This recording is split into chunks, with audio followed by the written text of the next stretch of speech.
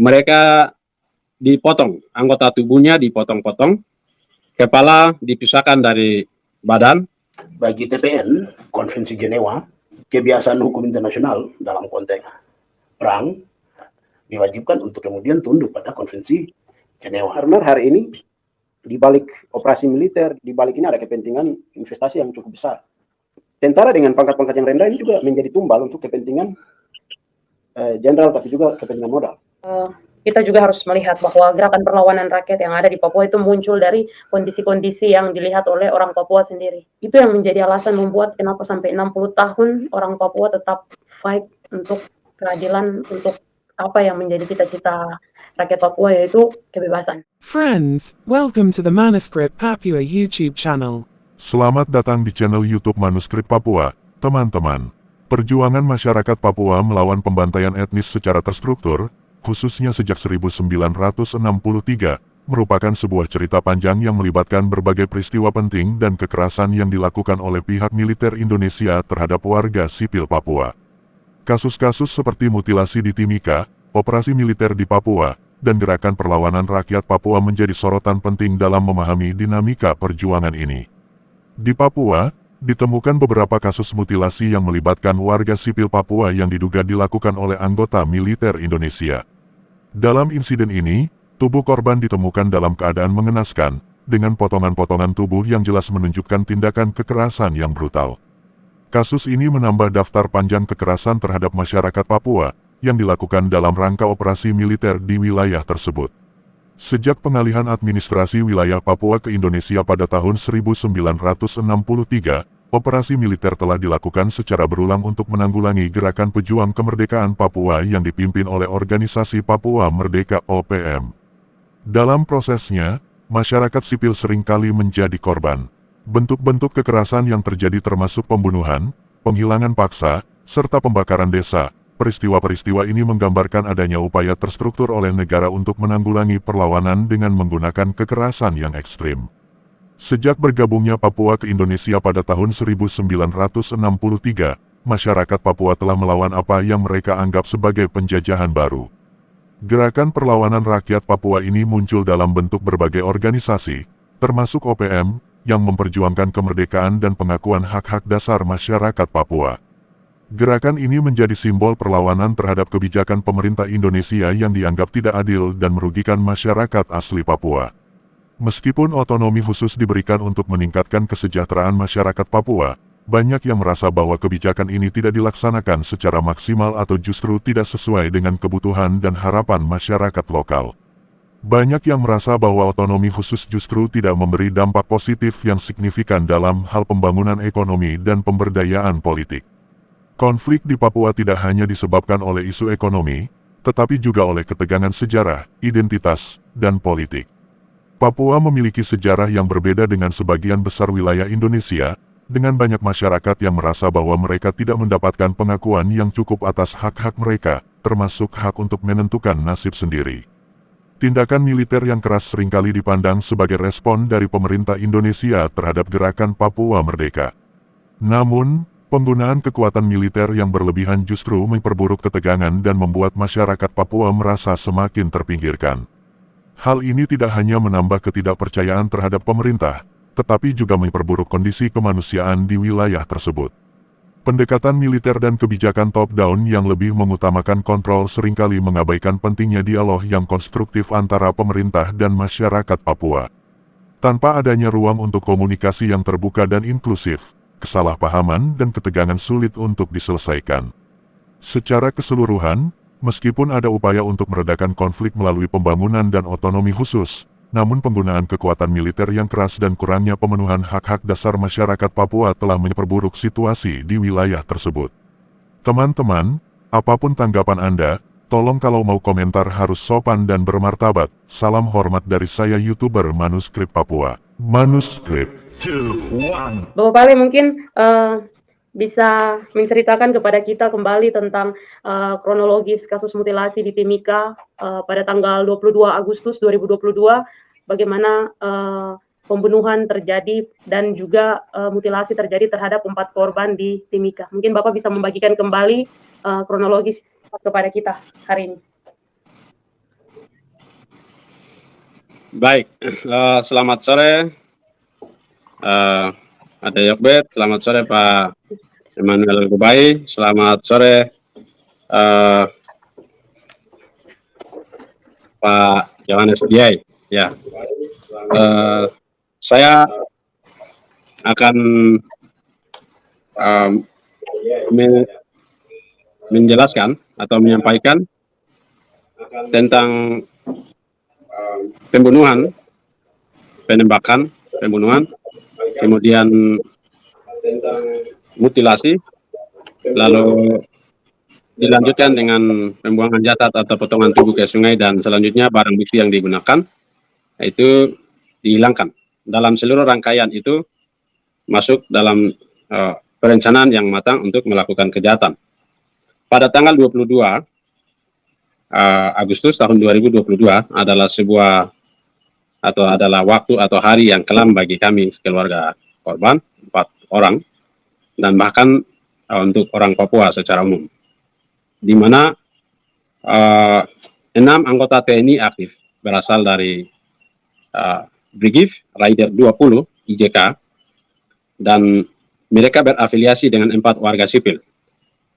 Kemudian mereka merencanakan, pertama direncanakan di Brigif, tempatnya ada GIM di dalam Brigif situ, merencanakan pembunuhan. Lalu itu TKP 1. Kemudian TKP 2 itu ada di gudang penyimpanan solar milik Jack yang bekerja sama dengan Penny.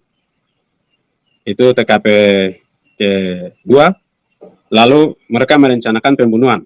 Nanti keluarga kami ini, Pak Arnold Lombere, dia anak ketua, wakil ketua daerah GKI, Gereja Kemajuan Indonesia, daerah Kenyam. Habis menyelesaikan peresmian gereja, beliau turun ke Timika dan belanja bahan bangunan untuk bawa kembali, lalu kembali. Nah, pada hari Senin itu tidak tahu apa yang terjadi, tetapi 4 orang korban keluarga kami, pertama Arnold Lombere, kedua Rian Nirigi, kepala desa Kampung Yunat di distrik Kenyam, ketiga Atistini adalah anak di bawah umur, berdasarkan kartu keluarga itu 17 tahun. Kemudian Emmanuel Nirigi adalah staf yang baru diangkat dan ditempatkan di distrik MPTM sebagai sekretaris distrik. Nah, mereka ini kemudian dihubungi oleh Roy Hawaii yang kemudian rencana untuk beli senjata. Apakah itu benar atau tidak, itu kami tidak tahu. Tetapi setelah itu mereka ketemu pada tanggal 22 jam 9:50, sekitar itu terjadi pembunuhan. Pertama yang dibunuh atau ditembak itu Pak Rian Nirigi. Kemudian yang kedua itu Leman Nirigi. Kemudian yang ketiga Atistini, dan yang terakhir ditembak dan dipotong dan ditembak adalah Arnold Lombere di depan pondok ya, ada masjid yang baru dibangun. Nah, kemudian mayat mereka ini dibagi dalam 2 mobil. Mobil yang pertama yang disiapkan oleh korban, disiapkan oleh para pelaku, itu mengisi 1 korban atas nama Arnold Lombere. Kemudian yang 3-nya itu diisi dalam kendaraan yang digunakan oleh korban. Mereka ini ditembak di Jalan Budi Utomo Ujung, dan ini posisinya ada di tengah-tengah. Dalam tanggal 22 itu sebelum Hamin berapa, saya belum ingat baik, Hamin berapa sebelum Presiden Republik Indonesia Insinyur Joko Widodo mau datang dan tiba di Timika dan melanjutkan perjalanan ke Tembagapura.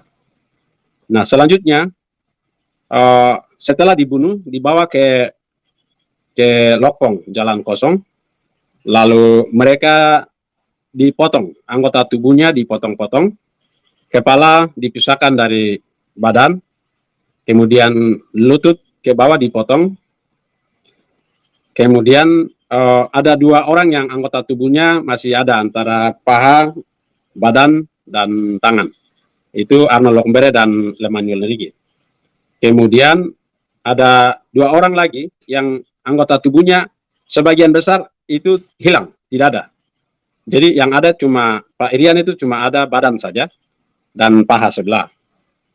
Kemudian Atis itu batas paha sampai dengan pinggul. Nah, mereka ini setelah dipotong, menurut kesaksian dari para pelaku, mereka diisi dalam karung. Badan utama jadi 4 karung, kemudian anggota tubuh diisi dalam 2 karung. Dan di dalam karung itu diisi dengan batu pemberat. Kemudian setelah diisi dalam batu, mereka bawa ke jembatan Lokpong, Kampung Pigapu. Lalu di atas jembatan itu jasad atau potongan tubuh keluarga kami dibuang. Lalu selanjutnya mobil yang mereka gunakan itu dibawa ke penggalian Iwaka, jembatan Iwaka, sekitar kurang lebih jam 4 subuh, mobil yang mereka gunakan dibakar. Keluarga mulai melakukan pencarian dan titik terang informasi bahwa keluarga kami dibunuh atau ditembak, dibunuh dan dimutilasi. Itu kami dapatkan di tanggal 26 sekitar jam 10 malam. Jam 10 malam kami keluarga korban, karena ada informasi yang didapatkan oleh kakak korban, dalam hal ini Abdul Lokumbere, kemudian kami memastikan ke Rumah Sakit Umum RSUD Kabupaten Mimika, dan selanjutnya kami lihat, saya sendiri langsung ada di dalam, saya masuk sendiri.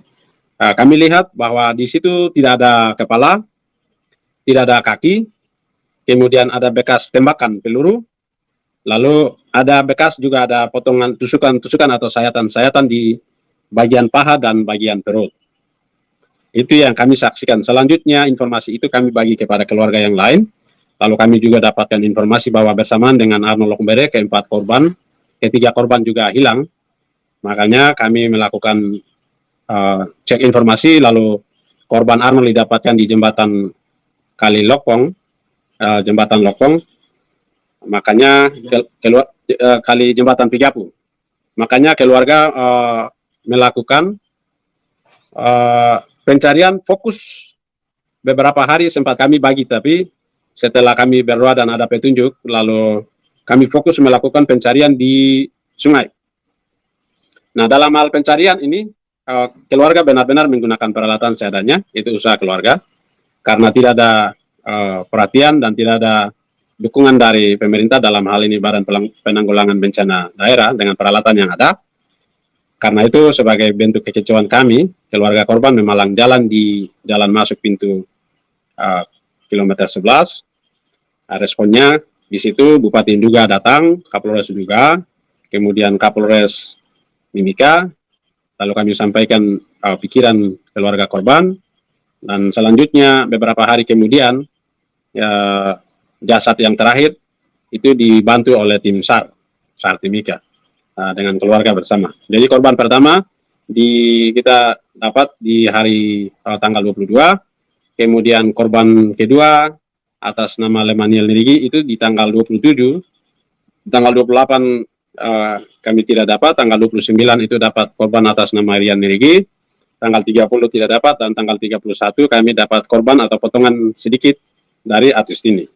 Dan di tanggal 16 bulan September, setelah tes DNA, setelah memastikan keluarga korban dan keluarga yang masih hidup bahwa untuk proses hukum perlu ada pembuktian, sehingga kami keluarga mengizinkan untuk melakukan otopsi juga tes DNA. Dan selanjutnya di tanggal 16 kami melakukan proses kremasi sisa tubuh yang kami dapatkan. Dan itu rentetan perjalanan pencarian, pembunuhan, penembakan dan mutilasi keluarga kami. Dan itu rentetannya seperti itu. Kemudian kami ada upaya untuk balas dendam. Keluarga korban banyak yang mau ingin balas dendam, tetapi kami berpikir tidak selamanya seluruh proses itu diselesaikan dengan balas dendam, bunuh-membunuh, kemudian korban yang tidak tahu menahu jadi korban, sehingga keluarga memutuskan untuk menempuh dengan jalur hukum. Kepercayaan keluarga sampai dengan hari ini masih di dalam proses. 4 orang sipil masih diproses di Pengadilan Umum Timika. Mereka masih dalam tahap tuntutan. dan sudah beberapa kali tunda. Jadi kami juga sedikit kecewa dan dengan penundaan-penundaan yang dilakukan ini. Kemudian 6 anggota militer aktif yang terlibat berafiliasi dengan warga sipil melakukan kejahatan pembunuhan sudah dihukum di Pengadilan Tinggi Militer di Jayapura pada bulan Februari, dan 3 diantaranya hukuman seumur hidup, 1 20 tahun dan yang 1 15 tahun. Kemudian yang 1 orang lagi dinyatakan meninggal pada tanggal 24 Desember. Mungkin itu yang bisa kami sampaikan menyangkut kejadian luar biasa, pembunuhan yang dilakukan dengan terencana, terukur, sistematis, dengan menghilangkan nyawa korban keluarga kami dengan alasan jual beli senjata atau amunisi. Dan uang yang dicuri dari keluarga kami yang dibunuh diperkirakan kemungkinan besar uang 500 juta. Itu yang kami tahu. Terima kasih. Selamat sore.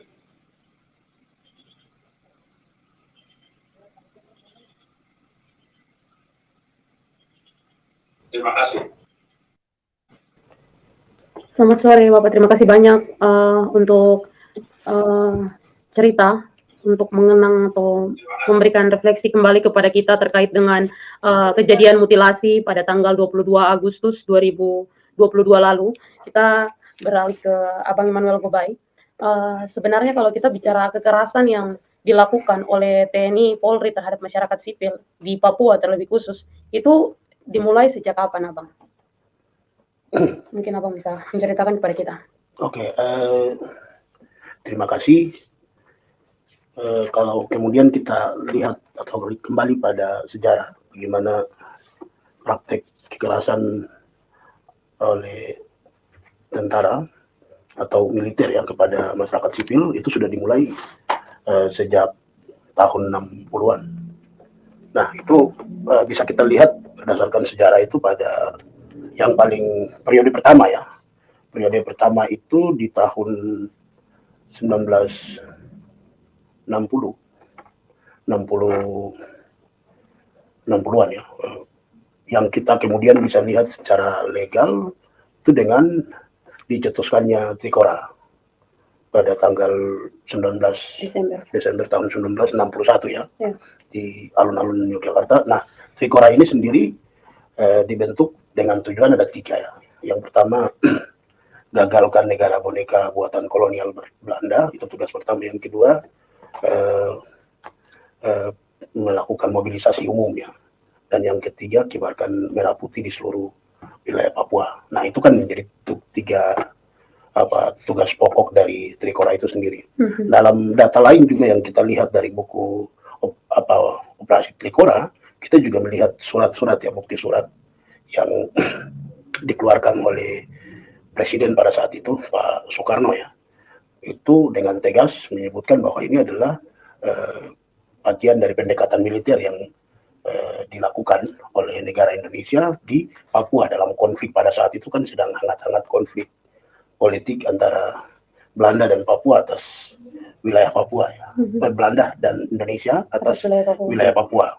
Nah, sejak saat itu mulai kemudian praktek infiltrasi dilakukan, beberapa operasi militer dilakukan, dan pada saat itu baru yang kemudian terjadi kontak fisik langsung itu dengan orang Papua yang menjadi militer Belanda pada saat itu. Jadi itu yang kemudian terkena langsung. Nah, selanjutnya setelah dalam praktek itu mulai masuk di tahun 62 ya, setelah ada New York Agreement. Nah, dalam New York Agreement itu kan disebutkan kalau wilayah Papua akan ada di bawah perwalian di bawah UNTEA ya. UNTEA itu pemerintahan sementara yang dibentuk oleh Perserikatan Bangsa-Bangsa. Namun secara administrasi yang berlaku di dalam wilayah Papua ini kan peraturan perundang-undangan Indonesia. Jadi termasuk juga aturan tentang pertahanan keamanan juga berlaku ya. selain ada aturan lain juga yang berlaku seperti apa namanya mineral dan batu bara. Nah itu sebabnya ada penandatanganan kontrak karya PT Freeport tahun 67. 67 itu karena salah satu isi dari New York Agreement itu memerintahkan di dalam wilayah Papua ini berlaku aturan negara Indonesia. Nah, dengan aturan tersebut maka praktek operasi Papua kemudian ditetapkan menjadi daerah operasi militer dan operasi militer terus terjadi. Nah, Belanda itu kan sudah angkat kaki sejak tahun 62 ya, setelah UNTEA menjadi UNTEA yang berkuasa secara perwalian di Papua. Nah, setelah Belanda angkat kaki, itu kan yang tinggal sendiri adalah orang Papua di tanah Papua ini. Nah, orang Papua ini langsung berhadapan pada militer yang adalah militer dari Indonesia. Nah, di dalam fase 62 sampai dengan 69 untuk PPRA, itu kan ada banyak operasi yang terjadi, kurang lebih 3 atau 4 operasi ya. Ada operasi sadar, operasi. Nah, dalam operasi-operasi itu ada masyarakat yang kemudian menjadi korban fisik maupun juga psikis. Ya. Nah, disitulah kita kemudian melihat ada tindakan langsung militer Indonesia kepada masyarakat sipil. Nah, setelah itu juga kemudian berhubungan langsung dengan praktek kekerasan ini ya, praktek pendekatan militer ini juga berkaitan langsung dengan memenangkan PPRA. Sampai kemudian dalam PPRA yang isi bisa hanya 1025 orang dari jumlah penduduk Papua yang kurang lebih 7 ribuan lebih jiwa. Padahal kalau kita kembali pada New York Agreement itu menegaskan satu orang satu suara, tapi dari 7.000 kemudian bisa dikonversi menjadi 1025 orang. Ini kemudian menjadi fakta yang secara hukum internasional menjadi pertanyaan tersendiri. Tetapi dalam konteks tadi pendekatan militeristik, itu kemudian menjadi temuan adanya praktek pendekatan represif atau militeristik yang terjadi. Nah, di tahun 60 itu tidak berhenti ya di situ. Di tahun 69 selanjutnya, tahun 70 sampai dengan tahun 98 itu kan wilayah Papua masih tetap statusnya sebagai daerah operasi militer. Jadi praktek operasi militer terus terjadi. Bahkan yang kita lihat dalam sistem pemerintahan yang bupati, gubernur itu adalah militer aktif. Jadi ada sistem apa namanya istilahnya? Sistem binominal. Binominal, fungsi begitu. Jadi si ABRI ini bisa memegang jabatan sipil begitu. Kemudian dia juga sekaligus sebagai komando teritorial atau komando wilayah terkecil begitu. Jadi memang betul-betul ruang kendali hidup ini dikuasai oleh militer, dan praktek kekerasan oleh militer kepada masyarakat sipil itu terjadi dalam beberapa operasi-operasi itu. Yang paling sering kita dengar operasi 77, itu banyak cerita yang sering diceritakan oleh orang tua, bahkan juga ada di dalam buku melalui pengakuan beberapa saksi mata ya. Kemudian juga lanjut di tahun 80-an juga ada pendekatan seperti yang kemarin sih baru kita rayakan hari kematiannya Bapak Arnold Ab adalah korban dari pendekatan militer. Gitu. Kemudian lanjut di tahun 90-an juga ada banyak yang kemudian menjadi korban. Sampai di tahun 98 sekalipun operasi militer di Papua dicabut, ditandai dengan dilengserkannya Soeharto, kami pikir itu akan berakhir. Maksudnya pendekatan militernya akan berakhir. Tapi tidak, rupanya sampai dia hanya kosong, hanya sedikit ya, dari 98, 99, 2000, 2001. Jadi Otsus pas lahir, itu kembali pendekatan militer itu kemudian muncul lagi. Nah, lahirnya itu melalui salah satu kewenangan yang menjadi kewenangan pusat, yaitu pertahanan keamanan, itu dikendalikan langsung oleh pusat. Nah, dengan pendekatan pertahanan keamanan dikendalikan oleh pusat, maka pusat ini mengeluarkan kebijakan pendropan pasukan itu semau mereka.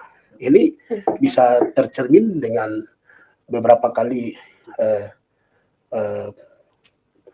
penerapan pasukan yang kemudian terjadi mulai dari tahun 2001, 2002, 2003 sampai di tahun 2021 kemarin kita pikir Otsus berakhir dan kemudian akan diubah, akan kemudian menunjukkan wajah baru ya, tapi tidak, malah kewenangan itu masih ada dan penerapan pasukan masih terus terjadi. Dan fakta di lapangan yang kita temukan, praktek-praktek kekerasan dari militer kepada masyarakat sipil itu terus terjadi. Nah, dari 2018 contoh diduga banyak ketika penerapan pasca kasus PT Istaka, penerapan pasukan kemudian terjadi dan banyak masyarakat sipil yang kemudian mengungsi. Banyak ibu-ibu yang melahirkan di hutan tanpa bantuan. Banyak anak-anak yang tidak sekolah sampai saat ini dari tahun 2018. Nah, kemudian di Intan Jaya, pindah lagi ke Kabupaten Mimika, pindah lagi ke Kabupaten Puncak, pindah ke Kabupaten Pegunungan Bintang, bahkan sampai jauh ke Kabupaten Maibrat. Terus sampai saat ini masih hangat di Kabupaten Nduga, dan semua itu meninggalkan cerita pengungsian yang hebat. Banyak juga masyarakat yang ditembak. Kami pikir hanya di sana, tapi rupanya seperti yang tadi diceritakan oleh rekan saya sebelumnya, bahkan di dalam kota pun terjadi, sebagaimana dalam kasus mutilasi di Timika yang sudah diceritakan tadi. Dari kasus itu juga kita kemudian mendapat satu cerita, rupanya ada praktek bisnis militer yang kemudian terjadi sangat subur di sini. Namun bisnis militer ini kan kami lihat tidak pernah dibuka secara terang benderang. Padahal kita tahu yang jual oknum, entah itu masih aktif ataupun sudah pensiun, tapi tidak pernah dibuka terang benderang. Jadi selain ada fakta kekerasan militer terhadap masyarakat sipil yang sudah terjadi dari tahun 60 sampai saat ini, di balik itu juga ada bisnis yang sedang terjadi. Namun sayang bisnis itu tidak dibuka secara terang benderang oleh atasan-atasan dari pemegang kekuasaan militer tadi.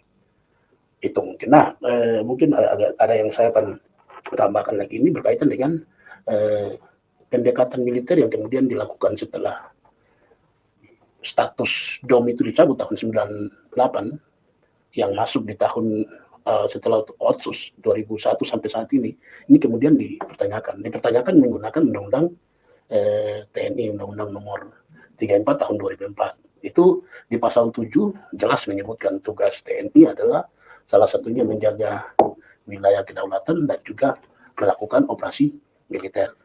Tetapi dalam operasi militer itu dia harus ada kebijakan politik yang dikeluarkan pada pasal 7 ayat 4.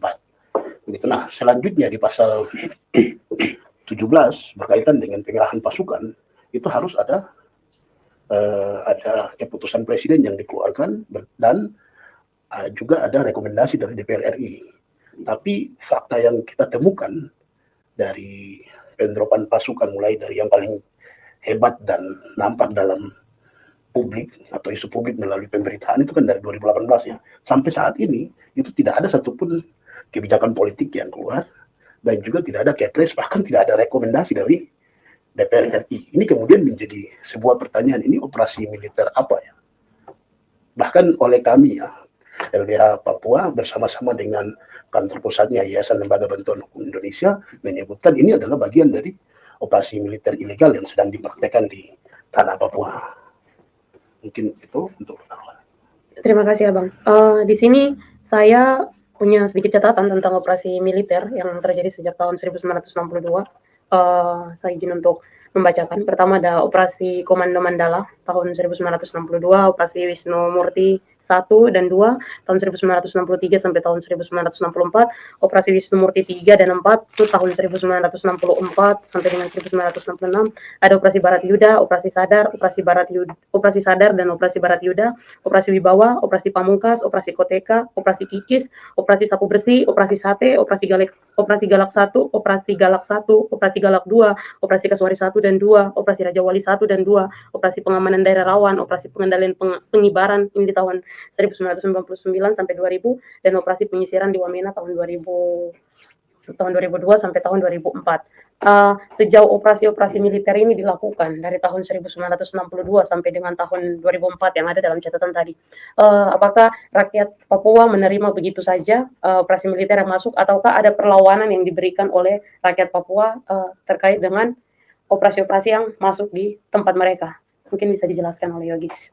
Oh ya, yang jelas rakyat Papua ini kan juga adalah manusia yang bisa juga merasakan apa itu ketidakadilan atau juga mendambakan hidup yang baik, bahagia. Ketika rakyat dimanapun itu, tak terkecuali Papua, ketika mendapatkan bentuk-bentuk ketidakadilan ya, mau dalam bentuk represif dengan pengawalan ketat, tapi juga kekerasan langsung, yang jelas sebagai manusia pasti ada proses pembelaan diri dalam berbagai dalam bentuk apapun itu, dalam bentuk apapun. Apalagi dalam situasi rakyat Papua sudah mulai terkoneksi dengan dunia luar. Dalam hal ini konteks bagaimana rakyat Papua mulai tahun 1960 ini kan sudah justru pemerintahan Belanda sudah diberlakukan itu mulai 1898. Abad ke-19 sudah masuk, dan di situasi ini orang Papua sudah mulai berkembang ya, tenaga-tenaga produktif itu sudah mulai berkembang setelah ada kontak dengan dunia luar, bahkan mulai mengerucut pada tahun 1940-an bagaimana sekolah Pramuka dibuka, elit-elit mulai muncul kelompok intelektual Papua, kemudian juga melihat situasi dunia, mulai muncul konsep kebangsaan dan juga negara, bahkan itu dijamin dengan misalnya munculnya pasca Perang Dunia Kedua ya, pasca Perang Dunia Kedua itu mulai muncul PBB dengan piagam PBB yang kemudian memungkinkan negara-negara yang atau wilayah daerah koloni itu untuk bisa berdiri sebagai sebuah negara bangsa gitu. Kalau dalam situasi bagaimana tanah dan rakyat Papua ini mau didominasikan, ada catatan-catatan sejarah banyak sekali. Bagaimana gerakan Koreri, kemudian juga di Pania ada yang disebut oleh Belanda sebagai Wegebage. Ini kan sebenarnya luapan-luapan emosional rakyat Papua yang tidak terima bagaimana orang luar mau datang mendominasi wilayah atau ruang hidupnya mereka. Gitu. Tapi masih kemudian luapkan dalam bentuk-bentuk perlawanan langsung maupun juga dalam bentuk perlawanan yang lain. Ini sebelum tahun 1960. Sebelum 1960. Bahkan dalam konteks yang lebih luas untuk konsep bernegara dan yang lain-lain ini kan sudah diberikan oleh para elit, para intelektual Papua di tahun 1951 itu sudah ada dalam pernyataan yang memuat 16 pasal. 16 pasal itu John Harris, kemudian juga ada Nicholas Choe, kemudian ada 2 anggota lainnya itu memuat tentang itu, yang mana 16 pasal ini secara tegas menyatakan kepada Belanda bahwa ya Papua harus dipersiapkan sebagai sebuah negara, dan itu adalah keinginan elit Papua dan intelektual Papua yang saat itu terpelajar dan termaju di dalam kelompok masyarakat Papua saat itu. Memang terakhir kita lihat bahwa situasi infiltrasi oleh Indonesia itu juga sudah dilakukan oleh melalui Sogor ya, waktu dia menjadi sebuah direktur di Sekolah Pamung Praja di Yoka. Itu kan dia melakukan konsultasi di tingkat intelektual Papua untuk mensusupi rasa nasionalis terhadap Indonesia. Tapi lagi-lagi kita lihat bahwa Indonesia tapi juga Belanda di mata rakyat Papua adalah sama-sama kolonial, sama-sama 2 aktor yang di luar rakyat Papua yang sama-sama punya niat untuk menguasai Papua saat itu. Yang harus kita lihat adalah bagaimana perspektif orang Papua saat itu untuk kemudian menyikapi politik dominasi yang dilakukan oleh, atau juga politik kolonisasi yang dilakukan oleh Indonesia tapi juga Belanda. Karena terakhir kan Papua sendiri jadi rebutan Belanda tapi juga Indonesia. Misalnya taktik perebutannya dilakukan melalui cara-cara diplomatis, tapi juga kemudian terakhir ketika Menteri Luar Negeri Indonesia Soe Bandiro itu dia lakukan cara-cara diplomasi di tingkat PBB, tapi kemudian ini buntut, kemudian dilakukan proses yang lebih keras lagi. Jadi diplomasi jalan, tapi juga proses bagaimana menekan Belanda. Karena posisi Belanda saat itu memang terlilit hutang juga oleh Amerika, kemudian dia mengalami kekalahan perang, kerugian akibat perang di Indonesia yang cukup tinggi. Sementara secara global situasi Belanda sendiri dia terpojok secara itu, ketergantungan terhadap hutang luar negeri itu sangat kencang. Jadi situasi ini dibaca, kemudian dibaca oleh Indonesia yang saat itu memainkan politik bebas aktif ya melalui Soekarno dan membentuk satu kelompok non-blok itu. Ini digunakan oleh Soekarno untuk menekan karena kegagalan jalur diplomasi dilakukan juga kemudian dengan jalur mengumandangkan Trikora di lalu kota Yogyakarta itu. Nah ini kan kemudian menghadapkan rakyat Papua terakhir pada situasi yang memang benar-benar berhadapan dengan kekuatan agresi militer Indonesia yang coba untuk menginvasi Papua saat itu. Memang terakhir rakyat Papua memang terlibat langsung dalam proses perlawanan ya, kontak langsung dengan kekuatan agresi militer. Misalnya dalam situasi penropan pasukan dalam operasi Mandala, awal itu dibawa atas bantuan Rusia membantu Indonesia saat itu kan kita lihat di beberapa catatan misalnya di Historia ID itu tentara Indonesia mengalami kesulitan untuk pada tahapan taktik infiltrasi penropan melalui jalur udara. Ini mereka benar-benar turun di Papua, tapi kemudian pasukan-pasukan yang turun di Papua ini justru mendapatkan perlawanan yang sengit dari penduduk asli Papua. Jadi tidak seperti yang kemudian para jenderal atau juga Soekarno sampaikan bahwa rakyat Papua akan kemudian menerima tentara Indonesia dengan lapang dada dan hati terbuka, tidak. Tapi ternyata ada hal-hal yang bersifat antropologis yang memang sulit kemudian diterima oleh rakyat Papua, dan ini jadi satu pukulan telak juga bagi ini dan menjadi satu keuntungan bagi Belanda. Tapi dalam konteks situasi seperti ini kan terakhir justru kemudian menjadi satu operasi yang lebih besar lagi, operasi Mandala yang langsung dipimpin oleh Soeharto yang langsung mengumandangkan. Kemudian akibat banyak praktek operasi militer ini kemudian muncul elit-elit Papua ini kan sudah mulai muncul banyak aksi-aksi massa juga yang dilakukan. Karena di Papua sendiri terakhir untuk menengahi pertikaian politik ini kan mulai muncul bagaimana Amerika dia muncul sebagai penengah di situ untuk dan menawarkan namanya proposal bunker yang mencoba memfasilitasi Indonesia dan juga Belanda menyelesaikan terkait konflik sengketa yang ada di Papua. Yang menandatangani New York Agreement. Cuma dalam New York Agreement satu pun perwakilan orang Papua itu tidak pernah dilibatkan. Nah, padahal jauh sebelum New York Agreement ini secara orang Papua sudah deklarasikan manifesto politiknya itu pada tahun 1961 1 Desember itu. Bahkan jauh sebelum ini juga sudah ada proses pembentukan Negara atau Dewan Papua. Nah, bahkan sudah ada satu kongres pertama orang Papua 19 Oktober 1961 itu. Dan di situ sudah ada komite nasional yang kemudian menjadi satu panitia yang mempersiapkan manifesto yang dideklarasikan itu. Jadi kaum intelek Papua ini kemudian benar-benar disingkirkan dari proses pengambilan keputusan di antara Belanda maupun Indonesia itu. Tidak dilibatkan sama sekali di situ. Kalau aksi-aksi massa yang dilakukan itu pertama kali tahun-tahun berapa? Aksi-aksi massa sendiri khusus untuk di wilayah Numba itu sudah dilakukan untuk menentang New York Agreement. Keterlibatan orang Papua di situ itu dilakukan pada saat bagaimana Papua di bawah wilayah peralihan di bawah United Nations itu Temporary Authority yang UNTA itu satu badan di bawah PBB yang dibentuk khusus untuk mengawasi proses peralihan di Papua. Itu dilakukan aksi-aksi, tapi kemudian aksi-aksi ini pun diredam dengan kekuatan militer Indonesia. Kemudian aksi-aksi ini mulai mengerucut pada di wilayah utara sendiri. Kemudian ada Asar Demo TKI ini mengorganisir perlawanan, tapi masih berbasis kultus kargo juga di wilayah Tabi. Kemudian juga di bagian Manokwari muncul Trianus Aronggar, di bawah pimpinan Trianus Aronggar dibentuk satu organisasi, namanya Organisasi dan Perjuangan Kemerdekaan untuk Papua Merdeka. Ini mereka memberikan perlawanan dengan cara?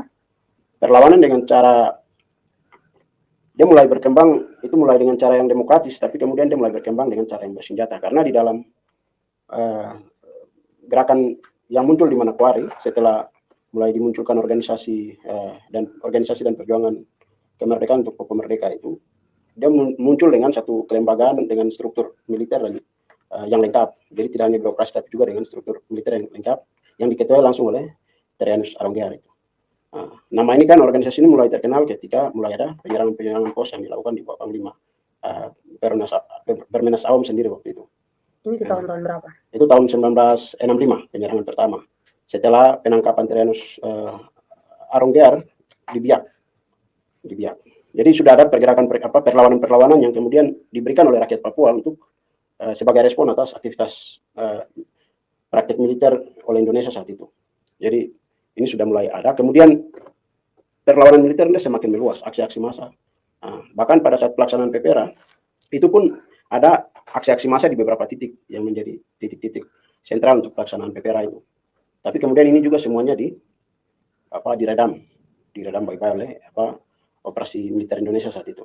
Dan juga 1025 orang Papua yang dipilih itu benar-benar dikondisikan. Jadi tidak sepenuhnya itu adalah orang Papua, tapi juga ada yang diambil dari organisasi-organisasi kemasyarakatan dari luar yang ada juga diambil partisipasi politik di dalam PPRA. Jadi tidak semua sepenuhnya itu. Sementara mandat dari New York Agreement tadi itu kan proses penentuan sendiri itu harus dipraktekkan sesuai dengan kebiasaan internasional, di mana satu orang satu suara, one man one vote. Tapi itu kemudian benar-benar tidak dilakukan di Papua. 800.000 lebih rakyat Papua yang saat itu ada, itu tidak dilibatkan semuanya. Dipilih dengan alasan-alasan yang memojokkan rakyat Papua, belum tahu baca dan yang lain-lain. Padahal ini kan bisa dilakukan dengan cara-cara yang demokratis, tinggal jelaskan dalam kondisi tanpa tekanan militer, dan itu dilakukan secara baik, secara demokratis begitu. Tapi ini justru dikondisikan. Jadi dalam kondisi seperti begini ya jelas tidak bisa dilakukan. Jadi memang benar-benar proses PPRA ini dimenangkan oleh Indonesia dalam kondisi di bawah kontrol militer yang begitu kuat. Oke, terima kasih. Karena di dalam misalnya di resolusi tentang dekolonisasi 1960 itu kan soal tidak kecukupannya soal ekonomi, pendidikan itu tidak boleh dijadikan alasan untuk menunda atau proses pemberian hak menentukan sendiri itu sesuai dengan praktik hukum internasional. Tapi kemudian Indonesia tidak mempraktekkan resolusi 1514 itu secara baik di Papua. Justru memodifikasi resolusi ini dengan alasan-alasan yang sebenarnya tidak boleh dilakukan sesuai resolusi itu. Terima kasih, Yodi. Kita ke Bapak Pale.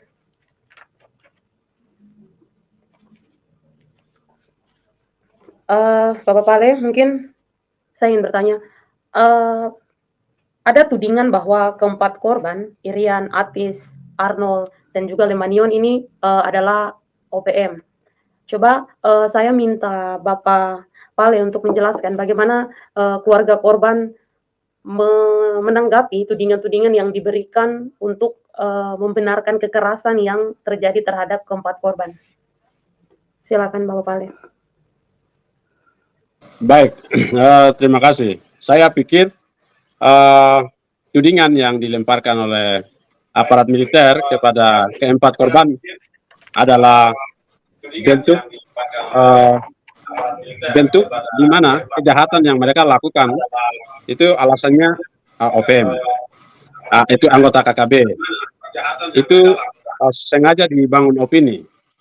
Mereka keempat korban itu kami sudah bilang tadi awal juga saya sudah jelaskan bahwa Arnold Lokmbere adalah anak dari pendeta ketua daerah di Keneam. Kemudian beliau terlibat aktif sebagai pemuda gereja di dalam badan pengurus juga, dan salah satu mahasiswa UNTAK semester 7. Sebenarnya harusnya sudah selesai, tapi karena ada menyangkut pembiayaan sehingga pulang, lalu kejadian ini terjadi. Nah, kalau untuk Irian Mirigi itu kepala desa, tokoh, dan beliau aktif di gereja. Dan Atis ini masih anak di bawah umur 17 tahun, belum genap waktu ditembak dan dibunuh. Kemudian Lemaniel Nirigi adalah PNS, CPNS yang baru diangkat dan ditempatkan di distrik Mbetpem. Jadi keluarga, kami keluarga sangat menolak dengan tuduhan-tuduhan yang kemudian keluarga empat korban kami berafiliasi dengan TPN-OPM atau ya TPN-OPM. Karena kami kalau memang mereka terlibat terlibat dalam sebagai simpatisan atau anggota TPN-OPM, ya kami butuh pembuktian. Perlu ada saksi, perlu ada bukti-bukti yang menguatkan bahwa mereka terlibat dalam aksi-aksi atau mereka terlibat sebagai TPN-OPM. Tapi sampai dengan detik ini belum ada pembuktian kepada keluarga, belum ada pernyataan resmi yang disampaikan kepada keluarga kalau keluarga kami itu terlibat asumsi dan opini yang dibangun oleh negara melalui aparat militer adalah sebuah kejahatan yang sebenarnya sedang disembunyikan dengan label atau label korban-korban sebagai anggota TPN OPM. Kejadian-kejadian ini bukan hanya terjadi pada keluarga kami, keempat korban, tapi ini kan terjadi kepada setiap orang Papua yang ditembak, dibunuh oleh militer Indonesia, selalu pasti menggunakan alasan kami tembak TPN OPM, kami tembak anggota KKB, kami tembak anggota teroris. Ini kan pembenaran diri terhadap kejahatan mereka. Mereka membenarkan, sedangkan yang dibunuh atau ditembak adalah warga sipil yang benar-benar warga sipil. Itu terjadi kepada hampir sebagian korban-korban penembakan yang dilakukan oleh aparat TNI Polri terhadap rakyat sipil, bukan hanya di Timika terhadap 4 keluarga kami, tetapi baru-baru juga terjadi di MAPI, ada juga di kasus Pantai Bernara, kemudian ada kasus-kasus lain yang kemudian itu dilabelkan sebagai melanggar atau melawan hukum atau melawan aturan-aturan pemerintahan. Nah, sebenarnya kan negara kita ini negara hukum. Negara Republik ini kan dikatakan negara hukum. Harusnya kalau keluarga kami bahkan korban-korban lain terlibat sebagai anggota OPM, TPN OPM, atau simpatisan atau yang membantu apalah segala macam, ya kami harapkan sebagai penegak hukum harus ditangkap. Kan harus ada pendidikan terhadap warga orang Papua yang mendukung OPM. Tetapi pembunuhan ini terus dilakukan. Tidak ada pembinaan, yang ada penembakan, yang ada pembunuhan, yang ada kejahatan-kejahatannya sangat luar biasa. Kemudian alasannya ya OPM lah. Alasannya tetap tidak kemana-mana. Tidak kemana-mana. Alasannya selalu pasti mereka akan bilang karena anggota OPM, karena simpatisan. Ini biasa. Ini kan kejahatan yang disembunyikan di balik nama besar atau keberadaan perlawanan orang Papua, dalam hal ini TPN OPM, sebagai perjuangan, sebagai wadah yang memperjuangkan hak-hak orang Papua. Jadi kami sangat sangat tahu keluarga korban, empat orang kami sangat tahu, dan itu hanya negara atau aparat berusaha mengalihkan, berusaha untuk melindungi diri dari kejahatan-kejahatan yang dilakukan oleh aparat militer, dalam hal ini TNI Polri. Mereka terlibat langsung, bukan melalui orang, tapi mereka terlibat langsung melakukan kejahatan dengan sadar, dengan terencana, dengan terstruktur, dan masif. Dan itu sedang terjadi, seperti yang dijelaskan oleh kedua narasumber yang ada di studio, bahwa kejadian ini bukan baru kali ini. Kejadian ini sudah terjadi sejak 1962 sampai dengan hari ini. Banyak juga operasi-operasi militer yang sedang dilakukan di Duga, di Intan Jaya, di Yahukimo, di Pegunungan Bintang, di Maibrat, dan di daerah-daerah lain yang operasinya senyap. Dan kami tidak tahu apakah cara mereka mungkin tabrak lari atau bunuh buang, atau itu masuk dalam kategori perencanaan dan senyap. Seperti itu. Jadi kami sangat-sangat menolak bela-belan oleh negara terhadap keluarga-keluarga korban, bukan hanya kami saja, tapi kepada korban-korban lain. Karena kejahatan seperti ini kejahatan yang sudah berakar dan masif, terstruktur, yang sedang dilaksanakan oleh perintah negara. Itu dilakukan dengan perintah negara. Itu kami percaya. Mungkin itu dulu untuk sementara. Terima kasih.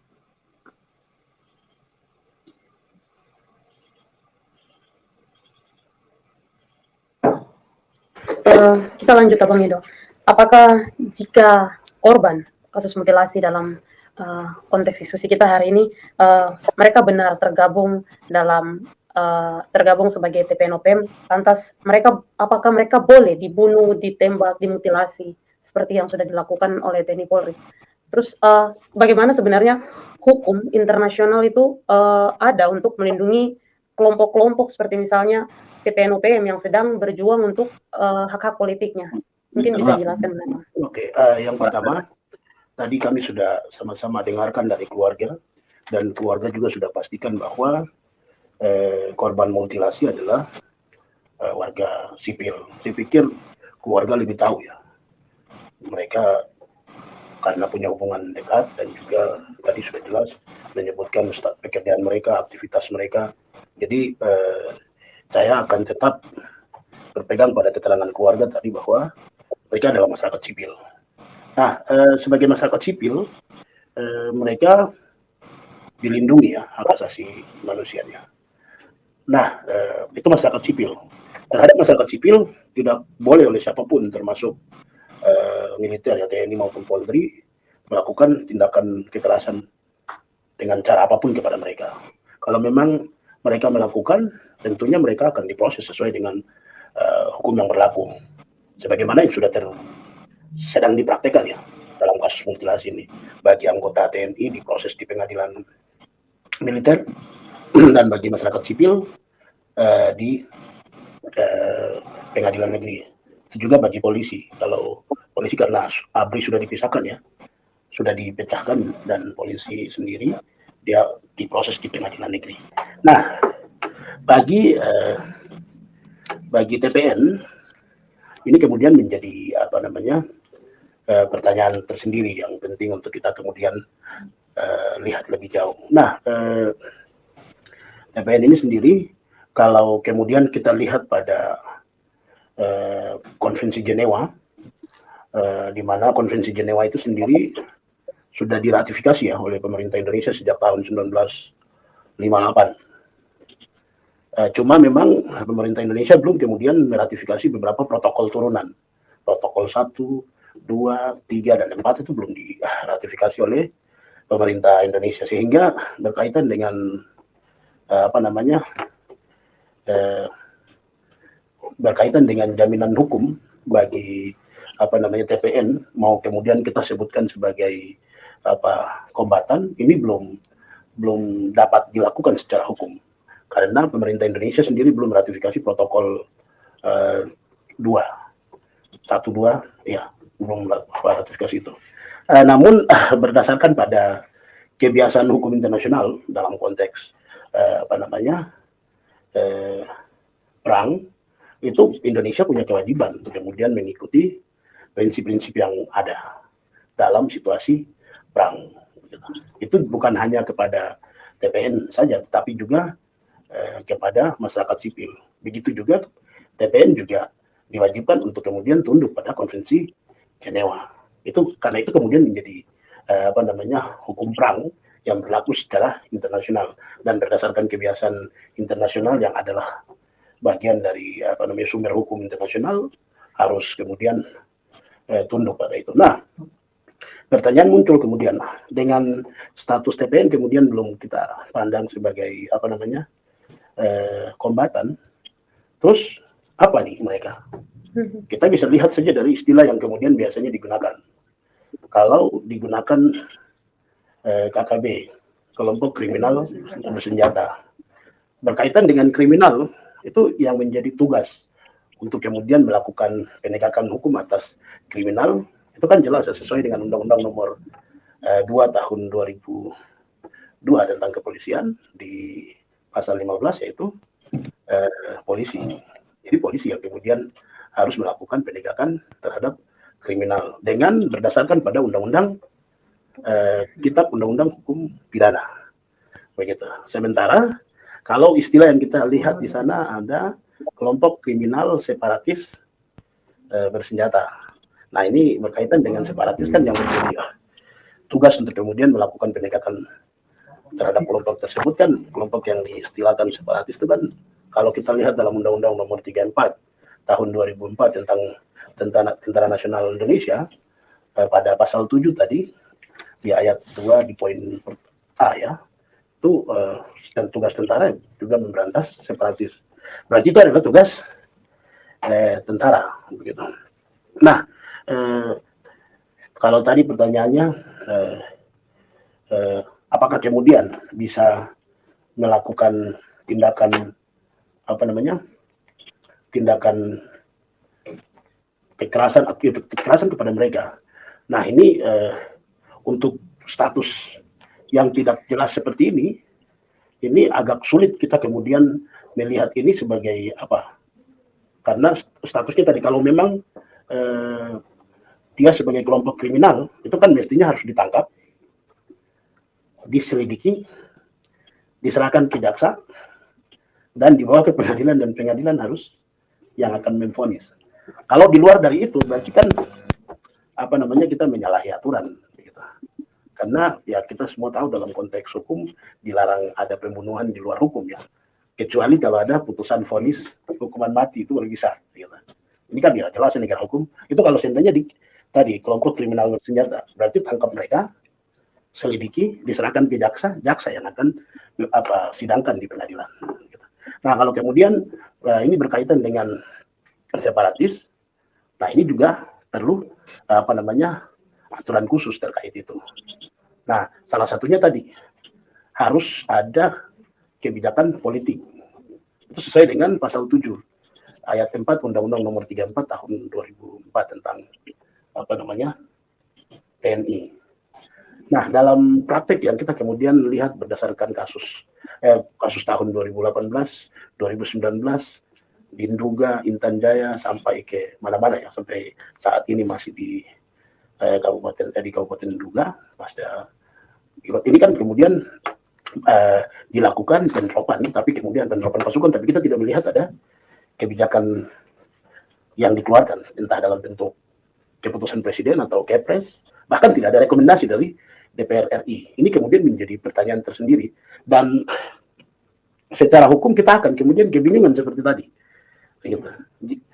Dan yang kemudian akan sangat yang akan sangat dikhawatirkan yaitu status masyarakat sipil yang ada di sana.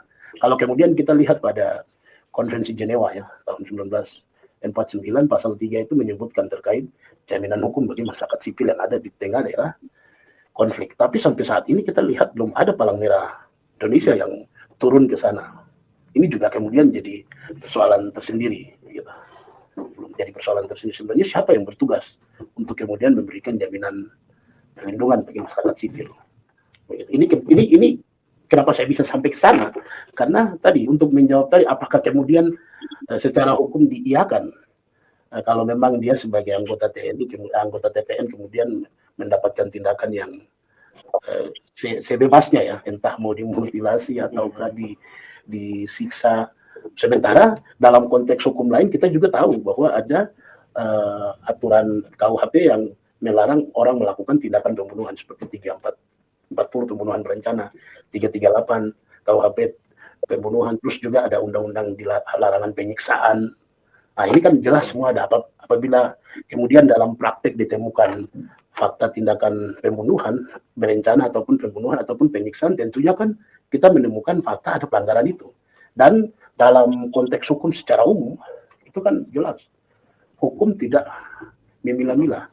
Siapapun orang itu sama di depan hukum. Apabila dia melakukan tindakan pelanggaran salah satu aturan, dia harus diproses. Apapun posisinya, siapapun dia. Jadi ya jawabannya, kalau seandainya ada tindakan seperti pembunuhan terhadap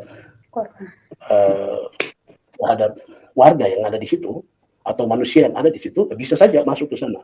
Begitu. Kalau contoh dia TPN, itu kan jelas ya istilahnya kelompok kriminal bersenjata. Berarti kan mereka ini adalah kelompok kriminal. Begitu. Kalau secara hukum kan mereka harus ditangkap dulu nih. Baru diperiksa dan dilimpahkan berkasnya ke jaksa, dan jaksa kemudian akan serahkan berkas tersebut ke pengadilan dan diperiksa di pengadilan. Kalau sendiri mereka ditembak, berarti kan pembunuhan luar hukum. Begitu. Sementara di Indonesia sebagai negara hukum mengenal pembunuhan hanya bisa melalui putusan pengadilan. Itu. Terima kasih banyak Abang. Kita lanjut ke Yogix. Tadi kita sudah bicara mengenai pelanggaran-pelanggaran yang terjadi terhadap masyarakat sipil, kemudian mereka dituding sebagai OPM. Tidak terlepas juga dari penerapan-penerapan militer yang begitu banyak, begitu masif di Papua dari tahun 62 sampai hari ini. Operasi-operasi militer masih terus terjadi di Papua. Sebagai salah satu aktivis, khususnya dari Green Papua yang menolak atau anti militerisme, coba Yogix tolong jelaskan apa saja kepentingan-kepentingan militerisme yang ada di Papua yang membuat sampai akhirnya keberadaan mereka itu sangat penting sekali untuk tetap ada di Papua. Silakan. Ya, memang kekuatan militer sendiri ini kan hari ini jadi alat penguasa satu-satunya yang bisa mempertahankan Papua, tapi juga menjalankan bisnis pemodal internasional di Papua. Bagaimana dia bisa kemudian langsung berhadapan dengan pemberontakan-pemberontakan atau perlawanan-perlawanan yang dilakukan oleh rakyat Papua, itu memang hari ini dijadikan satu-satunya alat represif, tapi juga langsung alat untuk praktik kekerasan langsung terhadap gerakan-gerakan rakyat yang muncul. Mau itu dalam bentuk demonstrasi massa, aksi-aksi massa yang dilakukan oleh gerakan-gerakan rakyat Papua yang muncul ya, mulai dari tadi tahun 60-an sampai ke sini. Tapi juga alat represif ini kemudian dilakukan untuk melakukan pengkondisian. Misalnya dalam konteks tadi New York Agreement diloloskan, Rome Agreement, kemudian juga PPRA dimuluskan, tapi juga misalnya dalam konteks Otsus tahun 2001 itu diloloskan.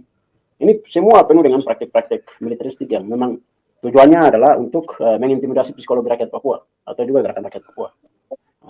Gerakan rakyat Papua. Misalnya di tahun 2001 itu pimpinan politik rakyat Papua Tesio Iloa itu dibunuh 10 November tahun 2001. 11 hari kemudian disahkan secara sepihak oleh Megawati waktu itu yang jadi presiden. Jadi ini cara-cara militer ini kan digunakan untuk menghilangkan kepemimpinan gerakan rakyat yang ada di Papua untuk meluluskan kebijakan-kebijakan politik kolonial Indonesia di Papua hari ini. Jadi semua kebijakan kita bisa lihat juga dalam konteks bagaimana Otsus Jilid 2 dilanjutkan. Otsus Jilid 2 dilanjutkan juga ditangkap ini. Proses prakondisi di Papua, bagaimana internet di down, kemudian juru bicara petisi rakyat Papua, Victor Fredrik Yemo, kemudian ditahan dan dikriminalisasi dengan isu kasus rasisme tahun 2019 yang padahal rasisme ini kan luapan kemarahan rakyat Papua secara umum.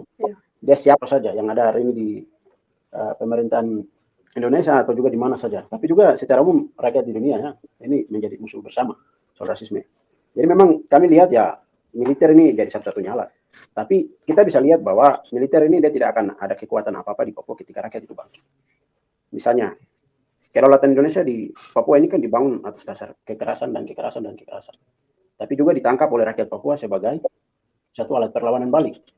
Dari aksi-aksi massa kemudian muncul perlawanan bersenjata. Perlawanan bersenjata yang dilakukan oleh Tentara Pembebasan Nasional Papua Barat, TPNPB, yang ada di tanah Papua Barat ini adalah respon atas kekerasan militer Indonesia. Jadi bentuk pembelaan diri. Ini kan rakyat yang mempersenjatai dirinya menghadapi tindakan militer Indonesia terhadap rakyat Papua. Mereka ini kemudian tidak ada pemikiran sama sekali dalam otak rakyat Papua untuk menjadi seorang gerilyawan, tapi kondisi kekerasan yang kemudian negara lakukan di Papua itu memaksa rakyat Papua mengangkat senjata. Jadi perang Tentara Pembebasan Nasional Papua ini sudah mulai dari 1965 sampai hari ini yang sedang berlangsung di Papua Barat. Memang dalam situasi ini tak jarang karena ketidakmampuan militer Indonesia untuk menangkap pejuang Papua yang bergerak di gerilya, banyak rakyat Papua juga yang kemudian jadi sasaran daripada praktik operasi militer di Indonesia hari ini kalau kita lihat. Jadi fungsi militer memang kalau kita amati terakhir ini hanya ada satu alat represif negara untuk memukul gerakan rakyat yang secara gerakan sipil. Kita bisa saksikan bagaimana kemarin ya kawan-kawan di aksi di 1 Mei menentang aneksasi Papua Barat itu di Makassar direpresif oleh ormas-ormas binaan, kemudian juga aksi mahasiswa dalam rangka Hari Pendidikan Nasional 2 Mei di Uncen, bagaimana Uncen di kampus saja sudah dimiliterisasi ya, dengan MOU yang ditandatangani, kemudian gerakan mahasiswa juga ditekan. Jadi ruang-ruang publik di Papua untuk mempertahankan penjajahan Indonesia benar-benar dimiliterisasi semua, bahkan tingkat kampus. Padahal ini kan kampus kalau kita lihat ini sebenarnya ruang-ruang diskursus, apa saja boleh diperdebatkan di dalam kampus. Tapi di Papua yang hari ini terjadi, ini baru kemarin ya, ini tanggal 3 Mei, kemarin tanggal 2 Mei ini kan sudah benar-benar direpresif. Bahkan bukan hanya direpresif, terakhir juga di 2 kawan mahasiswa dikriminalisasi juga, kawan Gerson Pigai dan juga Kamus Bayage. Jadi ini membuktikan bahwa memang praktek pendekatan militer itu benar-benar hari ini dipakai oleh negara di Papua. Tapi juga ini ditangkap oleh rakyat Papua sebagai satu penyubur ya. Kita bilang ini dia menyuburkan nasionalisme Papua.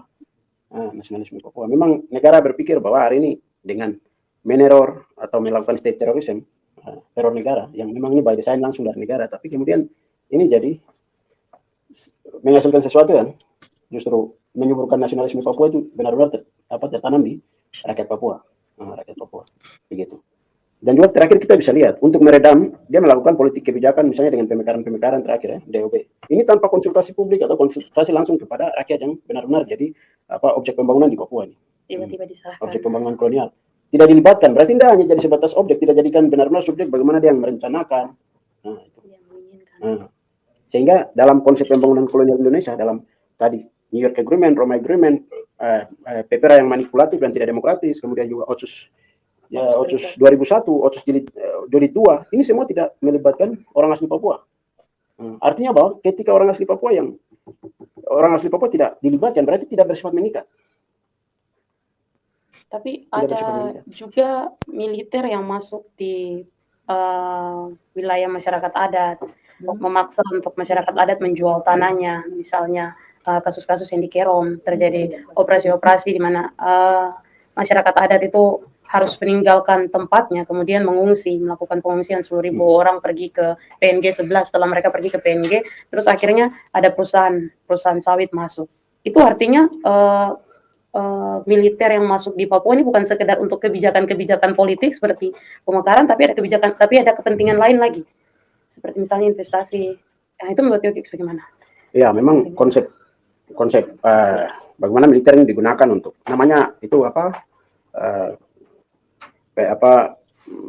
kalau biasa orang sebut namanya akumulasi primitif. Bagaimana kemudian operasi-operasi militer by design itu dilakukan untuk mengosongkan wilayah-wilayah yang dijadikan target untuk investasi. Jadi ini prakondisi ini pernah dipraktekkan abad ke-17, 18 itu di Inggris. Bagaimana orang-orang tanpa tanah itu dibentuk. Jadi tanahnya dirampas dengan pola-pola perang-perang, kemudian orang-orang ini mengungsi dan menjadi orang-orang yang tidak bertanah. Jadi ketika kembali di daerah asalnya, tanahnya sudah berada di tangan. Tidak lagi dia menjadi tuan tanah di situ, dia sudah dimasuki konsesi dan lain-lain. Itu yang terjadi. Itu yang terjadi juga kalau kita lihat hari ini di daerah Kerom misalnya. Atau juga hari ini dalam konteks Blok Wabu. Dan kondisinya sedang jalan. Karena menurut wilayah Blok Wabu ini kan dia memang stok cadangan emasnya ini lebih luar biasa daripada PT Freeport. Dalam hal untuk menentang proses investasi ini memang ada terjadi perlawanan balik daripada TPNPB.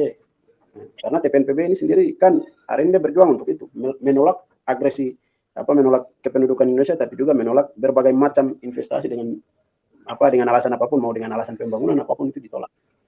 Tapi terakhir kita lihat bahwa pola gerak negara ya, kebijakan untuk melakukan operasi militer, kalau dari misalnya data Papua ini kalau kita lihat tahun 2020, 2021, 2020 ini sudah ada sekitar 16.000 pengiriman militer secara masif di Papua dalam 1 tahun saja. Kemudian tahun 2021 itu sudah naik jadi 7.000 lebih. Ini kita dikumpulkan berdasarkan data-data sekunder melalui pemberitaan-pemberitaan itu. Kemudian di 2022 itu kan ada sekitar 20.000 pasukan yang benar-benar dikirim ke Papua. Kita belum tahu ini data yang terbaru di tahun 2023. Artinya benar-benar bahwa pasca disahkan Otsus Jilid 2, kemudian Omnibus Law di Indonesia, ini benar-benar jadi corong untuk masuknya investasi. Apalagi terakhir misalnya Amerika membantu Indonesia khusus di bidang pembangunan di Papua 10 juta US dollar. Itu bisa dilihat di website luar negeri Amerika. Itu sudah dikuturkan. Jadi benar-benar hari ini di balik operasi militer, di balik operasi militer dipaksakannya DOB, kemudian dipaksakannya DOB, ini semua di balik ini ada kepentingan investasi yang cukup besar. Karena bersamaan dengan politik kebijakan tadi ada pengerahan pasukan dalam jumlah besar yang alasannya bukan satu-satu adalah soal penyanderaan pilot. Tetapi ini memang prakondisi yang sengaja dilakukan oleh negara. Itu. Ya, kalau misalnya lihat Timika sendiri sebagai salah satu tempat di mana kasus mutilasi ini terjadi dengan daerah yang seperti itu, tapi militer banyak sekali. Artinya ada kepentingan lain yang masuk di situ, seperti misalnya Freeport. Freeport ini kalau kita tahu juga dulu pernah ada perlawanan dari Mama Yosef Palomang, terus kemudian Kelly Kwalik juga. Ada beberapa gerakan yang dibedakan taktik untuk melawan Freeport itu sendiri. Nah, sebenarnya gerakan-gerakan yang muncul di Papua dalam hal strategi taktik untuk melawan musuh ini, itu ada apa saja yang sudah ada di Papua? Ya, kalau soal gerakan rakyat di Papua ini, kalau kita lihat secara umum ini kan tidak ada aksi-aksi massa. Aksi-aksi massa juga, terus perlawanan terbuka bersenjata juga sedang dilakukan. Kemudian jalur diplomasi dan lain-lain juga dilakukan hari ini. Ini artinya memang semakin kesini semakin kencang, ini bukan karena tidak ada aktivitas penindasan, memang benar-benar Papua jadi ini. Apalagi misalnya daerah Timika itu jadi komando ini ya, pertahanan wilayah, karena memang di sana ada aset vital terkait beroperasinya PT Freeport, kemudian juga bisa lebih cepat militer dikerahkan di daerah Intan Jaya, juga puncak yang menjadi titik-titik aktif perang terbuka oleh gerilya ini, Tentara Pembebasan Nasional Papua Barat ini. Tentara Pembebasan Nasional Papua Barat. Jadi saya lihat bahwa hari ini rakyat Papua sampai hari ini hampir 60-an tahun tetap fight melawan investasi, melawan program-program kolonisasi oleh Indonesia di atas tanah Papua Barat, tapi juga terus menentang kebijakan-kebijakan militeristik Indonesia di atas Papua, sehingga hari ini ini semua perlawanan ini adalah pangkal persoalan adalah bersifat politik, karena tidak dipenuhinya hak politik rakyat Papua saat itu. Justru ini dimanipulasi untuk kepentingan dominasi, kepentingan modal di Papua, tapi juga kepentingan penjajahan Indonesia yang menyiapkan karpet merah untuk investasi itu masuk. Bagaimana dalam sejarah ini kan kita tahu bahwa bagaimana dia jadi pintu masuk satu-satunya untuk kontrak karya PT Freeport. Sehingga kasus mutilasi, kemudian eksploitasi sumber daya alam yang masif, kemudian pengungsian, kemudian soal penghancuran ruang hidup atau juga pembakaran hutan, penghancuran ruang hidup, penghancuran ekologi, ini semuanya akan berhenti jika kemudian rakyat bergerak melawan kekuasaan Indonesia yang hari ini benar-benar menyiapkan karpet merah untuk investasi di atas tanah Papua. Sehingga menurut kami satu-satunya cara itu adalah Papua memang harus terlepas dari Indonesia. Ini akan menjawab berbagai persoalan yang hari ini dihadapi oleh rakyat Papua, tapi juga membangun satu tatanan masyarakat yang lebih maju dan juga mengambil keputusan-keputusan secara kolektif melawan dominasi modal internasional. Itu yang paling penting, karena hari ini kita bisa belajar dari kondisi Indonesia hari ini bahwa memang Indonesia memang banyak akan perusahaan, tapi terakhir ini dikelola bukan oleh atau dimiliki bukan oleh negara, tapi justru dimiliki oleh segelintir orang. Jadi bagi kami ya, semua penderitaan, kasus mutilasi, investasi, tapi juga tindakan sewenang-wenang, kebijakan yang memaksakan rakyat Papua harus dari atas ke bawah harus mengikuti itu. Ini semuanya akan berhenti ketika rakyat Papua itu bisa berdiri sendiri tanpa Indonesia, tapi juga tanpa modal internasional seperti itu. Terima kasih, Edix. Kita lanjut ke Bapak Pale. Ya. Pertanyaan untuk Bapak Pale. Perjuangan yang panjang juga, kurang lebih 1 tahun dari sejak korban kasus mutilasi ini mereka dibunuh, terus kemudian keluarga berusaha untuk memperjuangkan hak-hak atau memperjuangkan kehidupan dari keempat korban yang direbut secara paksa atau dibunuh, kemudian ditembak dan dimutilasi. Mungkin Bapak Pale bisa menjelaskan kepada kami kenapa keluarga korban kasus mutilasi sampai dengan hari ini benar-benar terus ingin memperjuangkan keadilan bagi 4 orang korban. Karena kalau kita lihat dengan kasus-kasus di daerah lain, ada banyak keluarga-keluarga korban dari pelanggaran-pelanggaran HAM. Akhirnya mereka memilih untuk menyerah, mereka memilih untuk karena mereka sudah tidak percaya dengan hukum Indonesia, akhirnya mereka melupakan semua pelanggaran-pelanggaran yang bukan melupakan, tapi mereka tidak memperjuangkan seperti yang dilakukan oleh keluarga korban kasus mutilasi hari ini. Mungkin Bapak bisa menjelaskan kepada kita kenapa keluarga benar-benar ingin memperjuangkan keadilan bagi keempat korban, dan menceritakan juga kepada kita bagaimana kondisi keluarga korban saat ini setelah keempat korban pergi. Terima kasih. Silakan Bapak. Baik, terima kasih sekali lagi. Kami keluarga korban, orang Duga lebih khusus, itu ada budaya membalas. tentu saja setelah kami lihat mayat adik kami Arnold Longbere, itu kemungkinan sudah balas. Balasnya bukan hanya di Timika, tapi bisa juga di Jayapura, di Nabire, di mana-mana. Tapi kan kami bukan manusia yang harus seperti itu terus. Dan kami sudah maju. Jadi kami berusaha, keluarga korban, berusaha untuk tidak melakukan tindakan balas dengan kejahatan. Dan kemudian itu akan melahirkan sebuah kejahatan baru yang juga akan merugikan kami sendiri. Jadi keluarga korban mengambil keputusan untuk menyerahkan seluruh proses hukum kepada negara. Dalam hal ini, aparat penegak hukum, pihak kepolisian, kejaksaan, dan pengadilan. Nah, kami kenapa sampai dengan hari ini terus masih kawal kasus ini? Satu, yang pertama adalah kasus ini kasus yang sangat luar biasa. Kasus yang sangat luar biasa yang terjadi di era digital, terjadi di kota, di depan-depan, kemudian pada saat pembunuhan itu dilakukan, Hamin mungkin 8 atau 9, itu kan Jokowi ke Timika, lalu lanjut ke Tembagapura. Nah, dalam keadaan yang steril sebelum kedatangan presiden, ini kan terjadi pembunuhan. Ini sangat luar biasa dan aneh sekali bagi keluarga.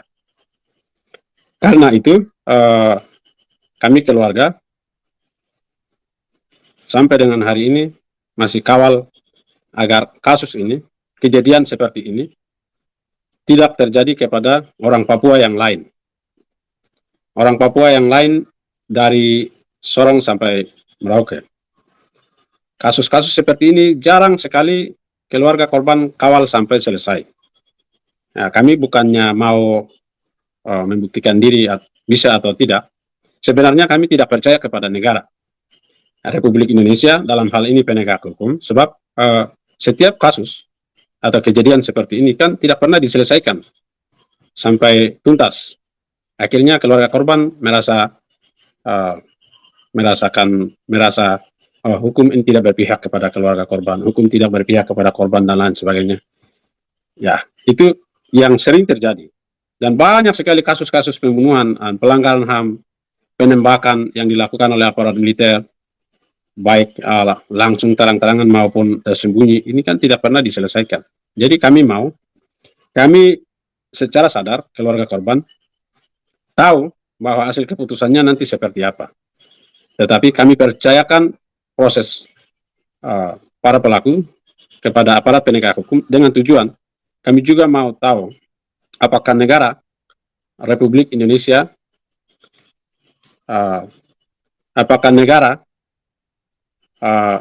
akan menjawab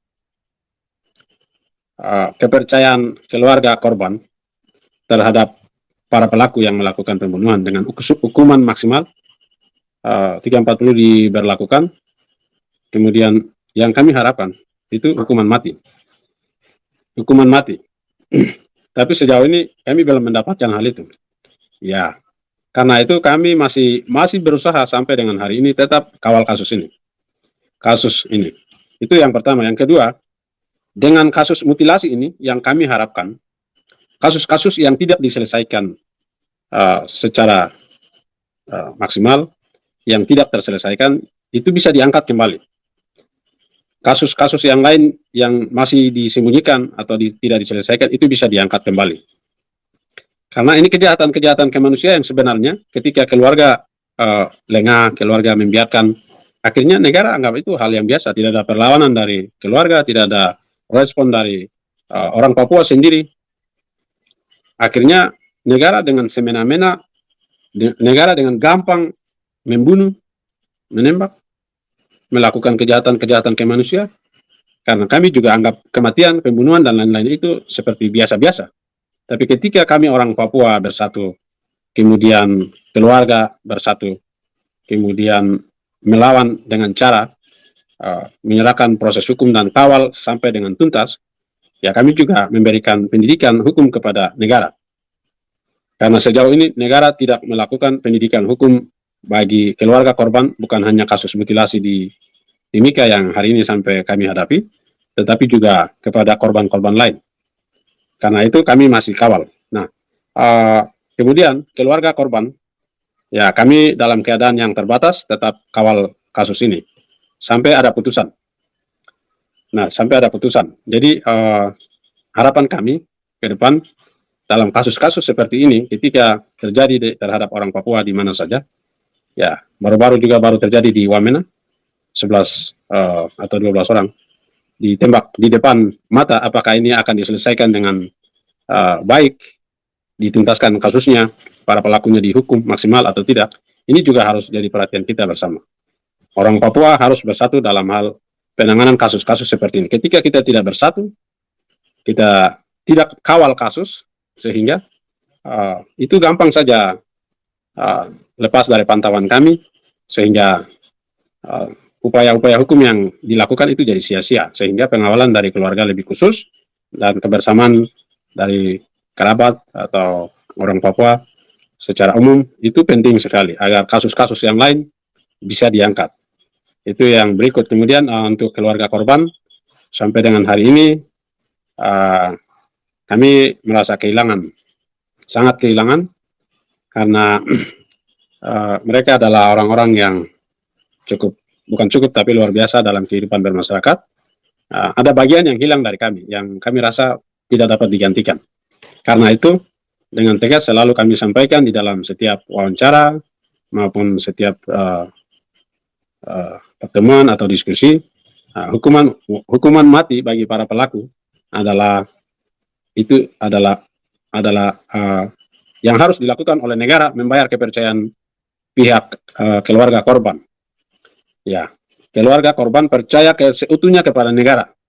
Negara harus membuktikan bahwa negara tidak tumbang tindih dalam mengambil keputusan-keputusan, tidak membela para pelaku kejahatan. Mereka sebenarnya aparat militer sedang merusak citra Tentara Nasional Indonesia atau sedang merusak nama negara Republik di Indonesia di mata dunia internasional. Karena itu kejahatan-kejahatan yang dilakukan juga harus dihukum sesuai dengan tindakan dan perbuatan mereka. Ya, kami misalnya meminta hukuman mati bukan karena melakukan kejahatan kecil atau pembunuhan-pembunuhan kecil, tapi ini kan sangat luar biasa.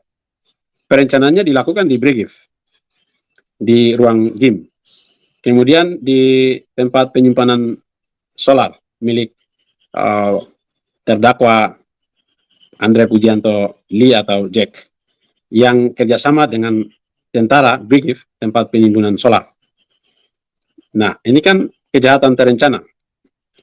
Kemudian melakukan penembakan dan pembunuhan, mutilasi, dan jasad mereka dibuang di sungai, lalu kendaraan yang digunakan dibakar, dan senjata yang digunakan terakhir dikembalikan ke Dandema. Dalam hal ini Mayor Helmanto Franciscus Daki sebagai komandan Brigif. Nah, ini kan dari rentetan kejadian ini sudah masuk dalam perencanaan, sehingga selalu saja kami meminta untuk harus hukuman maksimal, yaitu hukuman mati. Paling tidak, paling kurang seumur hidup. Jadi itu alasan kami kawal. Kemudian yang terakhir adalah kami orang Duga atau orang Papua ini punya keluarga, itu ada keluarga keturunan dari bapak, keturunan dari mama, keturunan dari ini, ada hubungan saudara, ada hubungan sosial. Yang kemudian pada saat mau melakukan pembalasan itu nanti dilakukan bukan oleh kami, tetapi oleh orang lain. Untuk meminimalisir jatuhnya korban yang tidak berdosa, jatuhnya korban yang tidak tahu menahu tentang kejadian mutilasi pada tanggal 22 Agustus tahun 2022, pihak keluarga korban meminimalisir semaksimal mungkin. Sehingga kami selalu sampaikan kepada aparat penegak hukum agar hukuman itu jangan main-main, harus maksimal. Ya. Sampai dengan detik ini kami masih mengendalikan seluruh situasi dalam masyarakat, dalam keluarga-keluarga kami, agar tidak boleh lakukan tindakan pembalasan, karena kejahatan ini tidak dilakukan bersama oleh warga sipil yang lagi cari makan, tetapi pelakunya sudah ditangkap. Dan jika pelaku yang dihukum mati adalah itu hal yang sangat wajar dan pantas bagi keluarga korban. Mungkin itu yang bisa saya sampaikan. Terima kasih.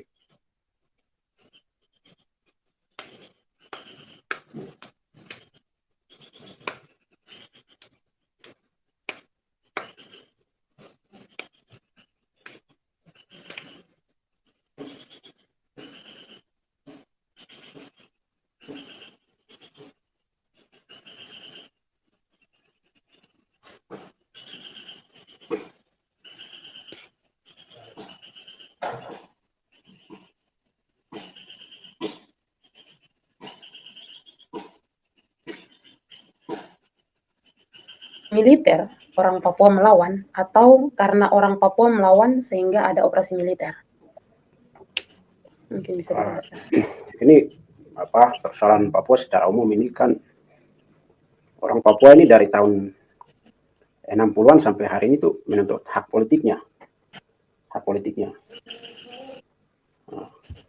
Tapi ada niat negara yang besar, cukup besar untuk kemudian menjajah Papua dengan tujuan bagaimana mengeksploitasi sumber daya alam Papua. Niat Indonesia ini kan sudah terbaca. Misalnya dalam risalah BPUPKI, di mana saat itu perdebatan antara Soekarno dan juga Muhammad Hatta soal teritorial yang dipimpin oleh Rajiman, ya, itu banyak tersebar secara PDF di dokumen nasional Republik Indonesia.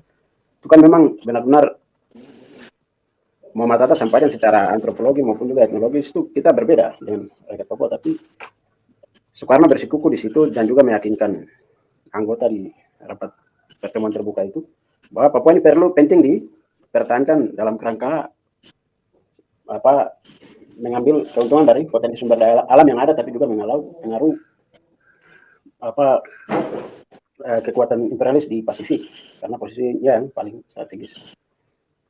Jadi memang niat negara untuk menjajah dan juga operasi militer itu dia bersifat politis karena itu. Bersifat politis sekali. Nah, terakhir kita lihat kan untuk mengerahkan pasukan ini negara kemudian mendoktrinisasi TNI dengan pangkat-pangkat rendah dengan nasionalisme yang sangat sempit, chauvinis, dengan jiwa-jiwa patriotisme yang sebenarnya itu nasionalisme buta yang kemudian dipasok di dalam watak TNI dengan pangkat-pangkat yang sangat rendah. Sementara hari ini itu kan membuktikan bahwa yang punya kepentingan atas sumber daya alam di Papua, tapi juga yang bekerja sama dengan kekuatan-kekuatan moral ini adalah para jenderal-jenderal yang hari ini duduk enak, mulai dari pusat panglima sampai hari ini di tingkatan yang paling rendah yang mengambil itu. Misalnya kita lihat dalam konteks Pulau Wabu, ya, bagaimana hari ini Luhut dan kawan-kawan yang menggurita dalam proses ini, kemudian kawan Aris dan Fathia juga harus dikriminalisasi karena ini adalah praktek korupsi di bidang pengelolaan sumber daya alam secara umum di Indonesia, tapi juga secara khusus di wilayah Papua yang dikolonisasi oleh Indonesia. Nah, karena korupsi di tingkatan pengelolaan sumber daya alam ini jarang dibuka. Dalam konteks nasional Indonesia, kalau ini dibuka benar-benar, ini akan menjadi satu titik awal bagaimana membuka korupsi di bidang pengelolaan sumber daya alam di Indonesia. Yang hari ini dibuka misalnya dalam konteks kasus korupsi elit-elit oligarki di nasional sampai di daerah, ini kan hanya di lingkaran pengelolaan keuangan yang keuangan daerah dan keuangan nasional saja, tapi di konteks pengelolaan sumber daya alam ini belum dibuka, mulai dari Papua, Kalimantan, Sulawesi dan lain-lain. Nah, praktiknya hari ini untuk operasi militer di Papua yang dikerahkan misalnya dalam konteks Papua di Nduga ini adalah tentara dengan pangkat-pangkat yang rendah, kemudian ini berimbas pada kerugian bukan hanya soal rakyat Papua yang mengalami kerugian kematian atau juga pengungsi besar-besaran atau juga di pihak TPNPB yang mungkin anggotanya terbunuh, tapi juga terakhir tentara dengan pangkat-pangkat yang rendah ini juga menjadi tumbal untuk kepentingan jenderal, tapi juga kepentingan modal. Yang dua ini berdampak tentunya pada banyak juga ibu-ibu atau misalnya kemarin dalam kasus penyergapan oleh Egyanus dan kawan-kawan terhadap pasukan Kopassus yang bertugas di Nduga, itu kan berdampak pada pasukan yang memang dengan jenderal pangkat-pangkat yang rendah. Bagaimana ada istrinya yang kemudian harus menjadi janda, kemudian ya satu kepala itu hanya dihargai 200 atas nama negara yang setengah mati, ya. Ini kan kalau TPNPB mati untuk mempertahankan tanah air, dia masih bangga, tapi dia mati dengan pandangan nasionalis yang sempit mempertahankan Papua yang memang benar-benar bukan bagian dari Indonesia. Nah, dengan ganjaran hanya 100 juta, kemudian juga istrinya harus menjadi seorang janda. Ini harus dipikirkan juga. Dan juga secara umum rakyat Indonesia harus tahu bahwa biaya perang yang dikeluarkan oleh Indonesia hari ini di atas tanah Papua ini bukan main-main. Dan itu biaya perang yang dikeluarkan untuk mobilisasi militer, pembelajaran alat perang dan yang luar biasa untuk digalakkan di Papua ini digunakan untuk kemakmuran rakyat Indonesia itu akan lebih baik ketimbang bersusah payah untuk mempertahankan Papua dalam Indonesia. Oke, terima kasih Ajix. Terima kasih. So, kita punya waktu terbatas, tapi sebelumnya saya ingin ke Abang Immanuel untuk memberikan satu kesimpulan dari apa yang sudah disampaikan oleh Bapak Pale tadi. Bagaimana sebagai koordinator koalisi hukum dan HAM kasus mutilasi ini dengan segala advokasi, baik advokasi yang dilakukan oleh gerakan massa, terus kemudian dengan hukum yang berjalan, kampanye-kampanye baik nasional maupun internasional, bagaimana kasus ini bisa menjadi, bagaimana koalisi melihat kasus ini, apa pelajaran dari kasus ini yang dapat diambil oleh koalisi hukum dan HAM untuk menyelesaikan proses-proses pelanggaran HAM yang lain yang ada di Papua. Oke, terima kasih. Sebelum saya jawab itu mungkin ada satu hal yang saya ingin tambahkan tadi berkaitan dengan apabila terjadi peristiwa penembakan terhadap TPN dan berkaitan dengan tadi status yang saya sampaikan bahwa ini adalah operasi militer ilegal. Nah, dalam kondisi ini apabila tidak ada keputusan politik dari negara untuk kemudian menegaskan status operasi di sini di Papua di beberapa wilayah, ini tentunya akan menambah deretan panjang pelanggaran HAM berat di Papua dalam konteks kejahatan terhadap kemanusiaan. Saya kenapa sebut itu karena status dari TPN masih dipandang sebagai kriminal, sebagaimana dalam istilah KKB yang disebutkan, atau dalam KKSB ini masih ada kalimat kriminal. Sementara pendropan pasukan itu merupakan perintah langsung dari pusat. Itu terkonek ke dalam Undang-Undang Otsus yang mana menyebutkan terkait pertahanan keamanan menjadi kewenangan pusat, begitu. Dan apabila ada yang kemudian terlanggar hak-haknya, maka itu akan kemudian secara langsung bisa kita lihat menggunakan Undang-Undang Nomor 26 Tahun 2000 tentang Pengadilan HAM pada pasal 789 tentang kejahatan terhadap kemanusiaan, begitu. Itu yang dalam konteks Indonesia. Kalau kemudian dalam konteks internasional ada Statuta Roma, di sana malah ada 4 bentuk pelanggaran HAM berat, ada kejahatan perang, ada agresi militer, ada genocide, dan juga ada apartheid. Nah, di Indonesia kan baru ratifikasi 2 ini, begitu. Jadi ya kalau kemudian tidak memberikan kejelasan, ya tentunya kita akan masuk pada kesimpulan apabila ada terjadi korban di sana, ya kita akan masuk pada kesimpulan ada kejahatan terhadap kemanusiaan yang sedang terjadi, dan itu diketahui oleh secara umum di Indonesia. Begitu pula di tingkatan internasional bisa saja kemudian menyerukan bahwa ini ada kejahatan perang di sana dengan melihat menggunakan Statuta Roma, begitu. Oke, itu mungkin tambahan. Selanjutnya berkaitan dengan apa yang tadi ditanya, saya sangat apresiasi yang sangat besar-besar kepada Kakak Pale dan juga keluarga, karena apa yang kemudian dilakukan oleh Kakak Pale dan keluarga itu sangat-sangat bermanfaat dan sangat-sangat membantu teman-teman koalisi dalam memberikan bantuan hukum kepada korban. Dan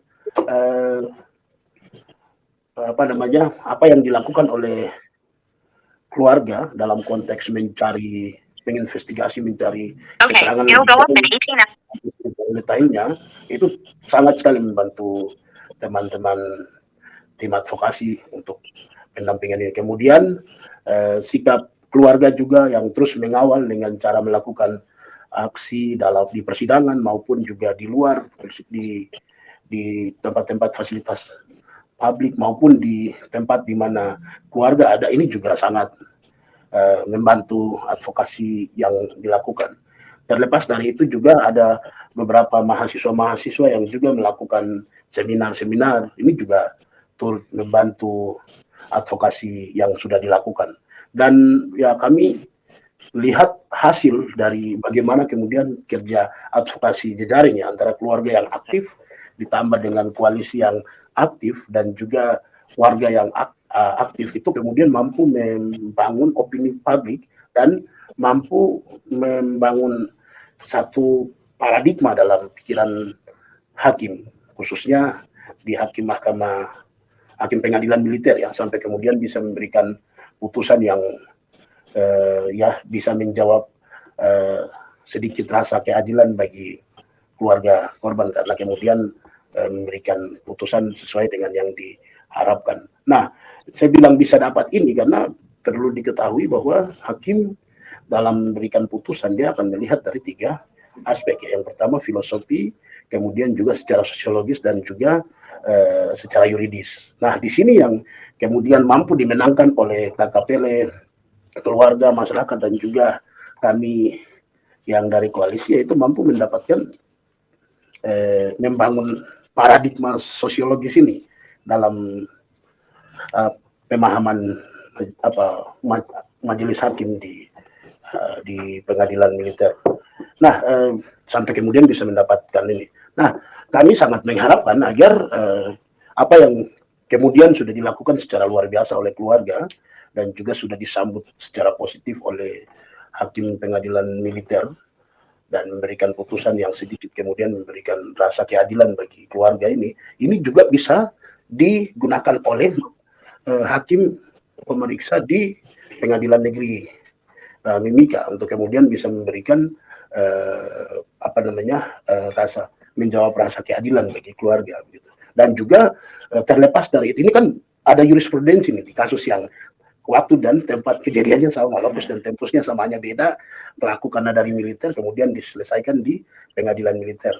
Sementara waktu dan tempat semuanya sama. Harapannya di pengadilan negeri itu bisa menggunakan apa yang sudah digunakan oleh hakim pengadilan militer sebagai jurisprudensi, supaya kemudian bisa mendapatkan bisa memberikan putusan yang menjawab rasa keadilan dari keluarga. Nah, dari apa yang dilakukan oleh KKPL dan keluarga, saya pikir ini kemudian bisa kemudian menjadi pelajaran berharga bagi seluruh masyarakat Papua maupun juga di luar Papua untuk bisa menggunakan metode ini untuk kemudian memperjuangkan hak atas keadilan.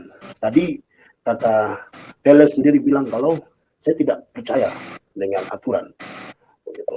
Namun dari kerja keras yang kemudian dilakukan, baik di dalam ruangan sidang maupun di luar ruangan sidang, dan juga dengan upaya-upaya yang mereka lakukan, komunikasikan ke lembaga Komnas, Komisi Yudisial, sampai pada lembaga perlindungan saksi dan korban, semua upaya-upaya ini mereka lakukan dan membuahkan hasil yang baik. Saya pikir bagi warga Papua lain juga kalau kemudian mendapatkan kasus yang serupa bisa menggunakan cara yang sama untuk kemudian bisa memanfaatkan memanfaatkan lembaga sarana-sarana hukum yang dibentuk oleh negara, menggunakan mekanisme yang ada untuk memperjuangkan hak dari si korban. Nah, ini yang saya pikir penting untuk kemudian, karena jujur dalam kasus mutilasi ini menjadi satu catatan baru. Dia kalau kemudian kita lihat dari analisa Komnas HAM yang perwakilan Papua menyebutkan ada indikasi pelanggaran HAM berat di sana. Tapi kemudian dalam berjalannya waktu berubah menjadi tidak, ini ada hanya pelanggaran pidana militer dan juga pidana biasa gitu. Dan akhirnya diproses menggunakan perubahan tadi menjadi pidana militer dan juga pidana biasa. Dalam proses perjalanannya kami pikir karena masuk ke dalam proses pengadilan militer kan tidak mungkin nih hakim militer pastinya akan sangat tidak akan dapat keadilan. Tapi dengan gerakan yang dilakukan oleh keluarga dan rekan-rekan beserta advokat, kita kemudian bisa membuat hal yang tidak mungkin menjadi mungkin. dengan mendapatkan putusan seumur hidup. Nah, ini contoh yang baik, saya pikir bisa menjadi pelajaran bagi seluruh warga Papua yang paling sering menjadi korban atas kekerasan aparat, maupun juga warga lain di luar Papua yang sering mendapatkan tindakan kekerasan untuk menggunakan cara yang sudah dilakukan secara luar biasa oleh kakak Pele dan keluarga, serta teman-teman advokat yang sangat luar biasa. Sampai tadi ada teman saya baru dari Timika ya, setelah mendampingi kasus di sana, luar biasa itu. Kemudian juga dengan rekan-rekan mahasiswa yang ikut terlibat, teman-teman wartawan yang luar biasa juga memberitakan sehingga mampu memberikan sedikit rasa keadilan. Dan saya pikir bagi kawan-kawan yang lain juga akan mendapatkan sedikit rasa keadilan apabila menggunakan cara yang sudah dilakukan oleh teman-teman kakak Pele dan keluarga. Terima kasih banyak untuk Abang Manuel. Diskusi kita sore hari ini sampai di sini. Terima kasih banyak untuk ketiga narasumber kita. Terima kasih banyak untuk Pak Pale yang sudah gabung dari Timika. Terima kasih. Salam hormat untuk keluarga korban di Timika. Terima kasih banyak untuk Abang Manuel Boba yang hadir di sini. Terima kasih banyak untuk kawan Yohanes Gia yang sudah hadir di sini juga.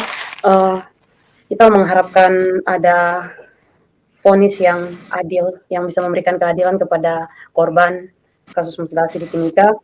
Kita juga mengharapkan ada proses hukum yang dapat diambil untuk menyelesaikan berbagai pelanggaran HAM yang ada di Papua, yang setidaknya bisa memberikan harapan kepada orang Papua untuk bisa percaya dengan hukum Indonesia dan hukum internasional.